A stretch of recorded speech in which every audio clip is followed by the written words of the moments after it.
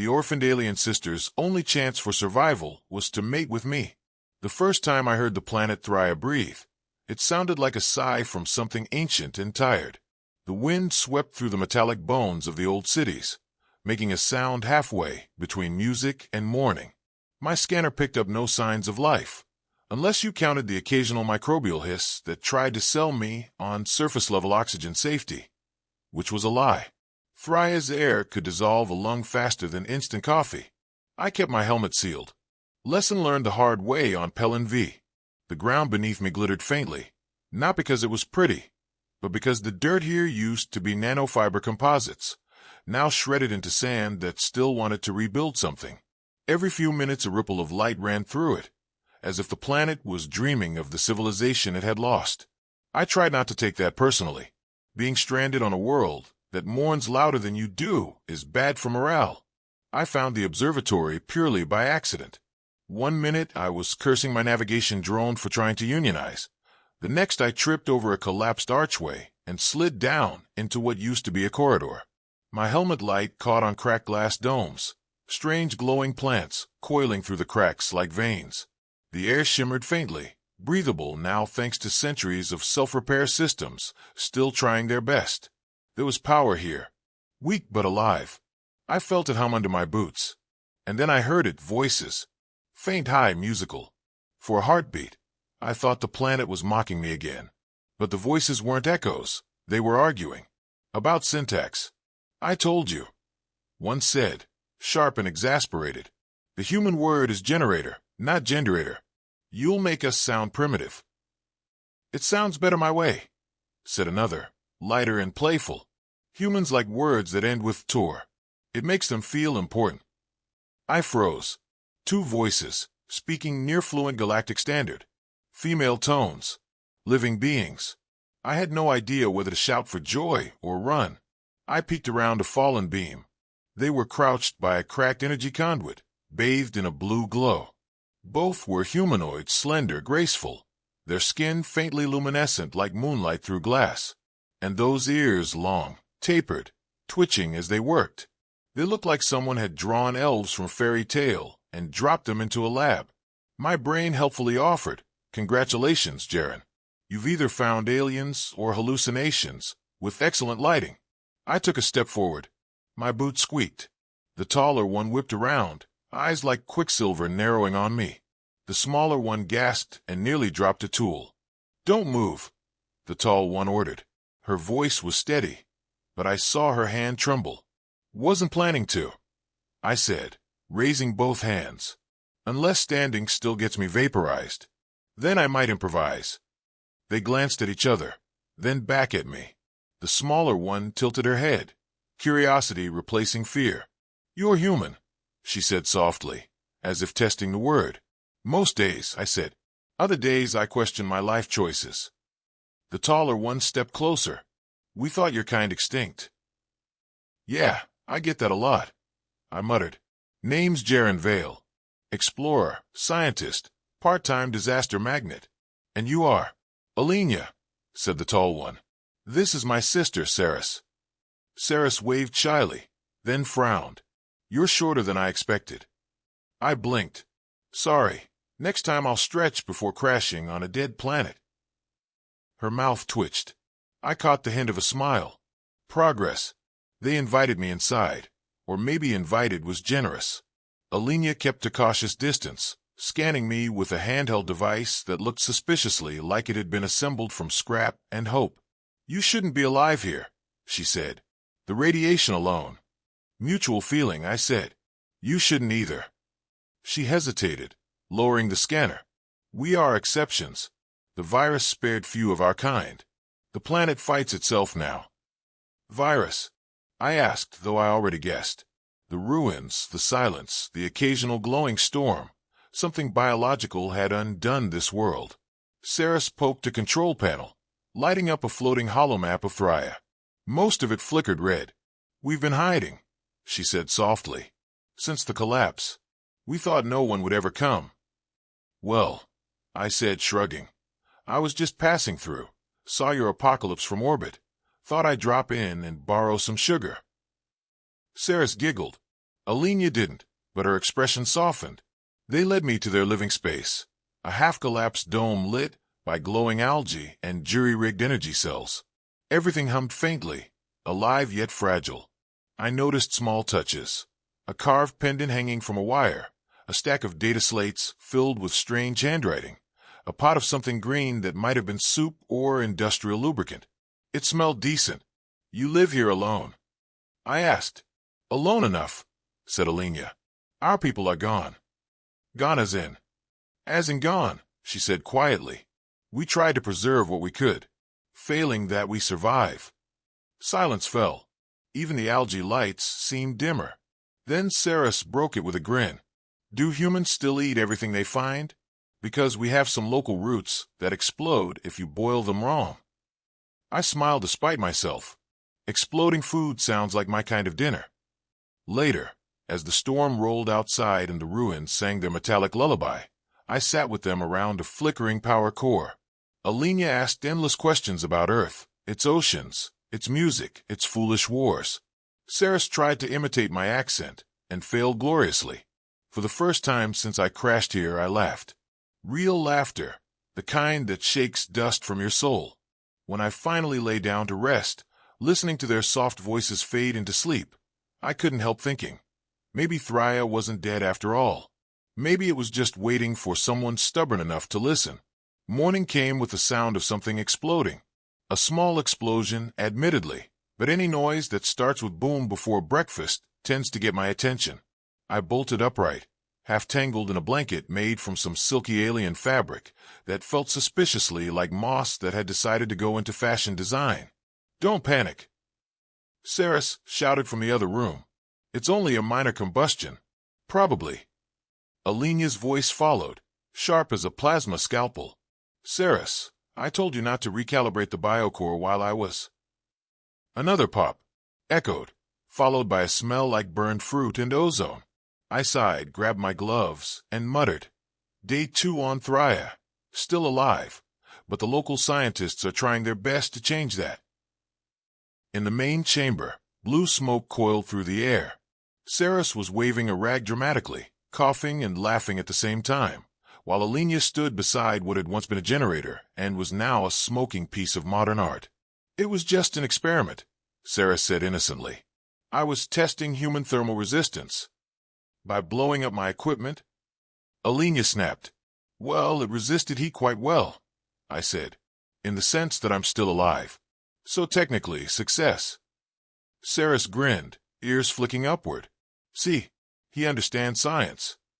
Alenia exhaled slowly, rubbing her temples. "You two are going to kill me before the atmosphere does." It turned out the explosion had been caused by Saris trying to integrate one of my ship's spare energy cells into their biocore. The Thrian technology wasn't purely mechanical. It was partly alive, grown rather than built. Their generators looked like metallic coral, pulsing faintly as if breathing. My energy cell apparently had opinions about being grafted into a living system, and expressed them loudly. After some negotiation, and one more small spark, we got the core stable again. Alenia turned to me, eyes bright. "You said you were a xenobiologist. That means you understand DNA structures." "More or less," I said. "Mostly less." She nodded, half to herself. "Then you can help us. You might be the variable we've been missing." I glanced between the sisters. Saris looked excited. Alenia looked determined. Both looked like they hadn't slept properly in months. "Help with what?" I asked. "The restoration project," Alenia said. "Our people created a genetic archive before the collapse, a record of every living Thrian genome. But when the virus hit, it corrupted the data. The sequences degraded. We've been trying to repair them, but we can't complete the patterns. They're incomplete. And you think human DNA can fill the gaps?" I asked slowly. Saris nodded eagerly. "It's resilient, flexible, adaptable. You humans can survive practically anywhere. Poisoned air, high gravity, your own cooking. So maybe your biology can stabilize ours." "That's the most flattering thing anyone's ever said about my species," I said. Alenia folded her arms. "This isn't a joke. Believe me, I know. But if you want to play mix and match with my chromosomes, I'm going to need more coffee first. They didn't know what coffee was, so Saris tried to brew some from a plant that turned out to be mildly hallucinogenic. I spent the next hour explaining the concept of caffeine, while hallucinating that the floor was applauding my lecture. On the bright side, my mood improved. Once I could focus again, Alenia led me to their laboratory, which was equal parts wonder and chaos. The walls were made of living crystal that pulsed gently when touched. A network of thin filaments connected floating glass orbs filled with glowing fluid. Machines hummed like they were singing softly to themselves. It was beautiful in a slightly menacing way. Alenia showed me the data. Lines of symbols danced in the air above a holographic console. Genetic patterns, fragmented and corrupted. We've been able to reconstruct about 70% of the Thrian genome, she said. But every attempt to stabilize it collapses after integration. The sequences reject themselves. It's as if our biology forgot how to remember itself. I leaned closer, scanning the data. The patterns did look familiar, complex, layered, elegant, but unstable. My human instincts whispered something about redundancy codes and base pair substitutions. The kind of thing nature does when it panics. I can run simulations, I said. Cross-match your sequences with human analogs. Maybe find common stabilizers. But if we get this wrong, we could create something unpredictable. Saris shrugged. Unpredictable is still better than extinct. I admired her optimism, even as I prayed she'd never run a safety department. We spent the rest of the day working. Alenia's focus was surgical. Saris, on the other hand, sang while she worked, which might have been charming if the songs weren't about planetary doom. I wrote code, calibrated samples, and occasionally dodged small explosions. Slowly, a rhythm formed between us. Science, laughter, frustration, progress. As night fell, we reviewed the results. The first hybrid sequence was forming, a fragile, glowing strand of data and DNA intertwined. It shimmered faintly, alive yet uncertain, as if aware of its own impossible existence. It's working, Saris whispered. Barely, Alenia said, though her voice trembled with hope. Then the holographic display flickered. The strand pulsed once, twice, then exploded into static.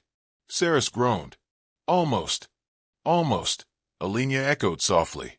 I leaned back, rubbing my eyes. Well, at least it didn't explode physically this time. That's progress in my book. Saris laughed. You humans celebrate strange victories. Survival's a strange business, I said. You learn to cheer for anything that doesn't kill you. They smiled at that. The room glowed faintly with bioluminescent light, quiet except for the hum of the machines. I felt the weight of what they carried. An entire species balanced between memory and oblivion. And somehow, I'd stumbled right into the middle of it. Before turning in, Saris tossed me a small glowing stone. For luck, she said. Thrians used to keep them when they faced something impossible. I turned it over in my hand. So you're giving me this, because I'm helping you save your people? No, she said cheerfully. Because you'll probably break something again tomorrow. I laughed, pocketed the stone, and for the first time in years, felt like I was exactly where I was supposed to be. The morning started with a low hum that felt suspiciously like judgment. I opened my eyes to find Saris bouncing on her heels, eyes wide. It's evolved, she whispered. Something in your breakfast again? I mumbled. The hallucination from yesterday's plant still made the floor a little too lively. No, the experiment. The sequence from yesterday, it did something overnight. Alenia, already at the console, didn't bother to answer. She had that narrowed-eye expression that meant she was plotting either genius or chaos. Sometimes it was hard to tell which. I joined her at the console. The hybrid strand had indeed changed. Where it had sputtered and collapsed before, it now pulsed gently, radiating faint violet sparks. It was alive, not fully Thrian, not fully human, but something in between. Something that seemed to breathe when you weren't looking directly at it. This is unprecedented, Alenia said. I thought it would degrade further. Somehow, your DNA stabilized it. Stabilized? I asked cautiously. Or just tricked it into thinking it's stable until it explodes in 10 seconds? Saris leaned over, poking the strand with a glowing tool. Don't tease it. You'll hurt its feelings. I pinched the bridge of my nose. It's not sentient, Saris. Not yet, she said, grinning. We worked through the day, running simulations and monitoring the strand. Every time it pulsed, it hummed a different frequency. I realized it was communicating, or at least, reacting to our presence. When I played a low-frequency hum through the lab speakers, the strand responded with a ripple of violet sparks. Saris clapped her hands. See, music. Alenia shook her head. You two are going to get us all killed with your enthusiasm. Or it'll make the first Thrian human symphony. I said, either way, historic. The problem came when the strand tried to replicate. It sent tendrils of data out into the lab, touching other machines, integrating itself into power conduits, and creating little glowing offshoots that danced like fireflies. I swore quietly. These are alive, Alenia said. They're learning. Learning fast, I added. One offshoot zipped along the floor and tried to plug itself into a discarded drone. It hummed and flared, and the drone started moving on its own. I raised my hands. I swear I didn't teach it that. Saris jumped back. It's a pet, or a menace, or a very smart snack. I sighed. No, it's a problem. Alenia adjusted her instruments. A problem we need to understand. If this strand can stabilize and reproduce, it could be the key to restoring our species. But if it grows uncontrolled, her eyes met mine, and I could see the calculation of risk. We may have created something beyond containment. I rubbed my temple. I feel like we skipped over a few minor steps. Safe experimentation, controlled replication, and avoiding sparks of death. Saris tugged at a filament of the strand. Or we could just teach it to sing. What's the worst that could happen? I shot her a look. Everything. That's the worst. Despite the warnings, we couldn't resist experimenting. I carefully introduced controlled human DNA sequences into the strand, while Alenia monitored the Thrian components. Saris provided commentary, mostly unhelpful but entertaining. Do you think it likes jazz? She asked. Or more like classical spores? By the afternoon, the hybrid strand had formed a network that filled most of the lab. It reached into the crystal walls, pulsing with life, and seemed to anticipate our movements. The first drone it touched followed it almost willingly, forming a small unit of animated lab tools that moved in sync. Alenia leaned back, impressed despite herself. It's organizing, not chaotic. That's good, I think. I gave the strand a cautious nod. You're lucky I'm not allergic to genius or mad science. Saris clapped her hands again.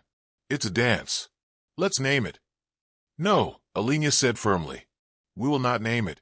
It's a research project, not a Tamagotchi. I raised an eyebrow. And yet it's humming, and dancing, and organizing drones. Very serious research.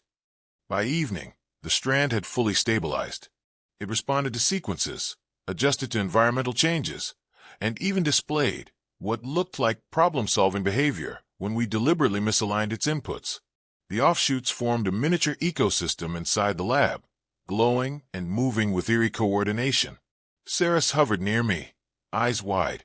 It's like having a pet that understands math. Or a roommate that could accidentally vaporize you, I added. Alenia finally smiled, the tension in her shoulders easing. We may have a chance, she said softly. Not just to survive, but to rebuild. This could be the start.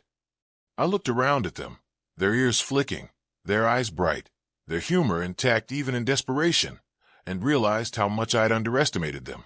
Despite the ruin of their world, despite the virus and the collapsed cities, they were alive, creative, determined, and slightly dangerous, if you listen to Saris. We spent the night monitoring the hybrid network. Every now and then, an offshoot would wink a tiny spark at me, as if testing my attention. Saris insisted it was flirting. I wasn't sure what to think. By the time the first dim light of Thria's twin suns crept through the broken dome, the lab hummed with life. Drones moved like a synchronized orchestra. The hybrid strand pulsed with intelligence. And in the corner, Saris was dancing, humming a tune she claimed would help the DNA stabilize faster. I realized then that survival wasn't just about avoiding death. Sometimes it was about learning to laugh while building the impossible. And for the first time since I arrived, I actually believed we could pull it off. We could take two fragments of lost civilizations, human and Thrian, and make something new, something alive, something that might just save a planet. Saris paused mid-dance, looking at me with wide, hopeful eyes. Do you think it will like breakfast? I groaned. I'm beginning to think nothing on this planet likes breakfast, except trouble. And somewhere, deep in the network of glowing strands, I swear I heard it hum in agreement. The next morning began with a warning alarm that had the subtlety of a screaming banshee. I bolted upright in my sleeping pod, tripping over a stray strand of glowing hybrid filament that had somehow migrated overnight. Saris squealed in the corner, waving her hands like she could shoo it back into place. It's fine. It's just expanding, she said. Expanding. I repeated, rubbing my temples. Last night it was organizing drones. Now it's expanding? Should I start panicking? Or is there a manual for this thing? Alenia didn't answer immediately. She was hunched over the console, lips pressed together, eyes scanning streams of DNA and energy feedback. It's not a panic situation, she said finally. It's adaptive. The hybrid network is recalibrating itself based on environmental fluctuations. It's learning faster than we anticipated. Learning faster than us? I asked. Great. I always wanted a lab assistant that judges my coffee-making skills. Saris rolled her eyes. You're too old-fashioned. It's exciting. It's evolving. Alenia sighed. Exciting, yes, but also unpredictable. We've reached a paradox. The more we integrate human sequences into the Thrian genome, the more the system diverges from either species. If we push it too far, we risk losing the integrity of both. So basically, it's like teaching a cat to solve calculus, I said. Fun but terrifying. Exactly, Alenia muttered. For the rest of the morning, we ran controlled simulations. I wrote code to predict how the hybrid strands would respond to new sequences, while Alenia monitored energy flows and sequence stability. Saris floated between consoles, offering commentary that was occasionally useful. Do you think it prefers binary over organic patterns? She asked. Or maybe it likes jazz DNA? I glared. Jazz DNA isn't even a thing. Not yet, she said, undeterred. By midday, the problem became apparent. The hybrid network had begun integrating parts of the lab itself, materials, energy cells, even drones, into its structure. Small offshoots had started to fuse with tools, moving them as if the lab had become a living organism. One of the drones tripped me while carrying a vial of glowing fluid. I yelped and barely caught it before it spilled. Careful, Alenia said dryly. It's becoming territorial. Territorial. I repeated. I didn't know DNA could have attitude. Saris clapped her hands. I told you. It's like a pet. A very smart pet.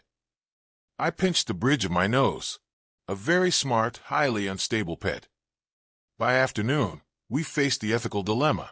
Alenia turned to me, expression grave. We can stabilize the network completely using your DNA. But if we do, the resulting organisms will no longer be purely Thrian. They'll retain Thrian traits, yes, but the human sequences will make them hybrid, something neither species has seen before. I swallowed.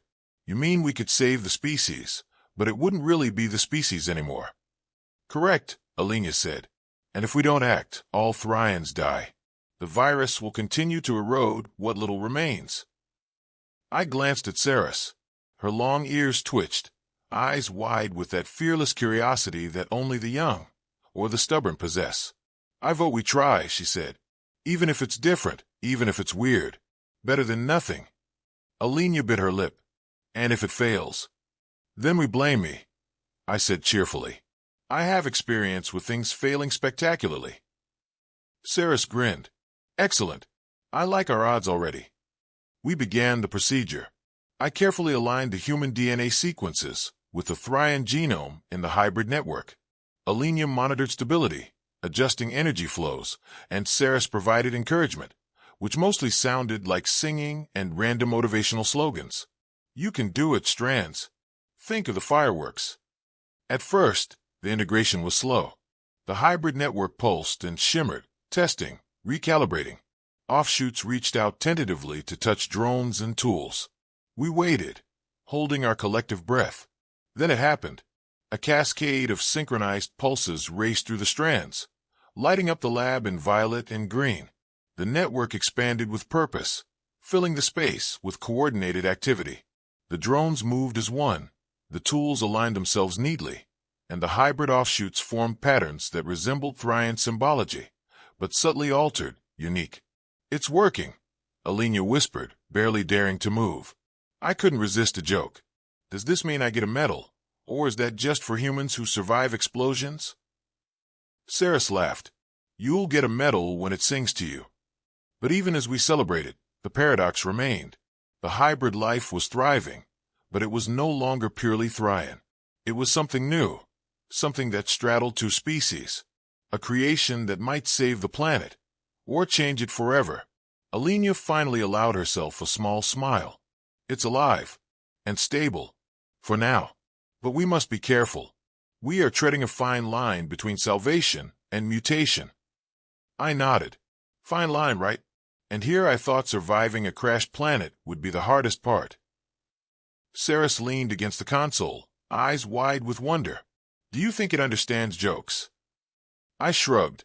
"At this point, I think it could write its own comedy show. Let's just hope it doesn't cancel us in the first episode." We worked into the night, integrating sequences, testing stability, and cautiously watching as the hybrid network pulsed with intelligence. It was learning, adapting, and evolving at a pace we could barely keep up with. And somewhere in the corner, Saris hummed a tune she claimed would help the DNA stabilize faster. By the time the first dim light of Thria's twin suns crept through the broken dome, the hybrid network had transformed the lab into something alive, coordinated, and impossibly complex. It wasn't just survival anymore, it was creation. I looked at Alenia and Saris. "You know," I said, "I've read about humans building civilizations. I don't think anyone ever imagined it would involve dancing strands of alien-human hybrid DNA." Saris grinned. "Welcome to Thria, where everything's alive and very opinionated." And deep in the network, I swear it pulsed in agreement. The morning light on Thria's twin suns was softer than I expected, almost shy, as if the planet itself had been waiting for a reason to smile. I woke to the familiar hum of the hybrid network, pulsing gently in time with my heartbeat, and the smell of Saris' attempted breakfast, which I guessed could be classified as mildly edible chaos. "Rise and shine, Jaren," she called. "The strands are doing yoga, or something like yoga. You'll want to see this." I crawled out of the makeshift sleeping pod and tripped over a filament that winked at me, probably mocking my lack of coordination. Alenia was already at the console, her long ears twitching as she monitored the flow of hybrid energy throughout the lab. "They're stable," she said quietly. "Not just surviving, thriving. They've taken on environmental signals from the planet and incorporated them into their network. The ecosystem is thinking." "Thinking?" I asked, squinting. "Or just really enthusiastic about rearranging my coffee mug?" Sarah snorted. "Maybe both. We spent the morning running final tests. The hybrid network responded to everything we introduced: energy pulses, environmental shifts, even jokes, though I wasn't entirely convinced it understood them. Drones and tools moved in perfect coordination. The strands formed delicate patterns that shifted with intention, and the offshoots pulsed in a rhythm that felt almost musical. Then the first challenge arrived, a storm bigger than any we had seen. Electrical arcs ripped across the sky, hitting the ruined domes, and the planet shuddered. Alenia's voice rose above the alarm. The energy influx could destabilize the network. I jumped into action, or it could give it a new reason to reorganize itself. Let's see what it wants to do.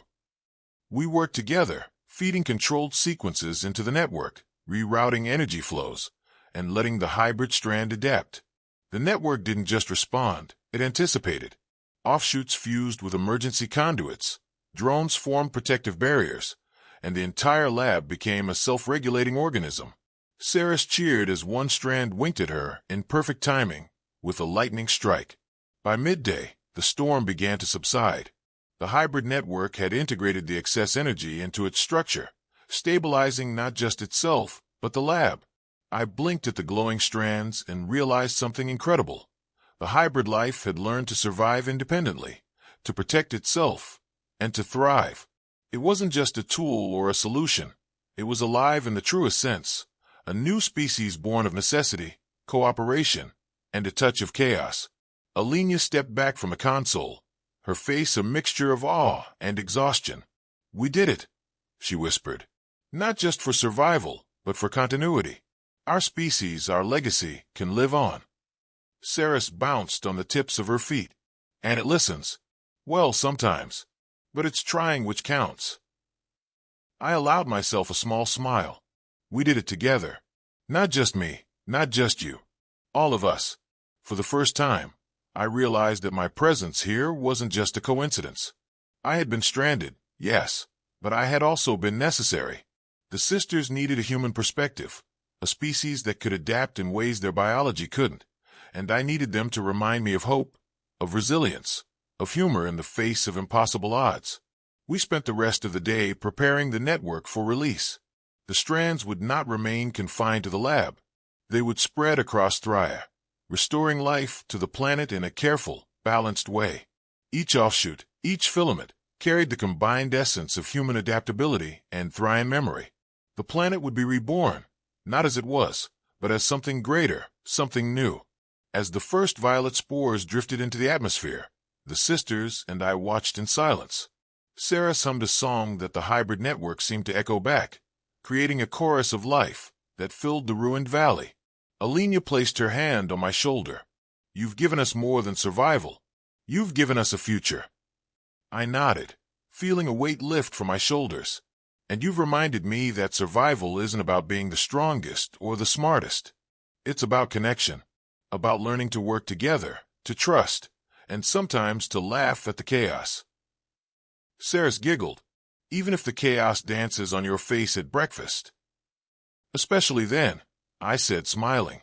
The hybrid network pulsed one last time, sending a wave of violet light across the planet. I realized that Thria was no longer silent. It sang, not in mourning, but in celebration. The strands had become more than we had imagined, a bridge between two species, a living testament to ingenuity, perseverance, and the strange, stubborn magic of hope. As night fell, the twin suns casting long shadows across the valley, I sat between the sisters. Saris leaned against me, humming. Alenia adjusted her instruments, watching the strands pulse with quiet satisfaction. I thought about Earth, about the life I had left behind, and the life I had found here. I had arrived a stranded, frustrated human.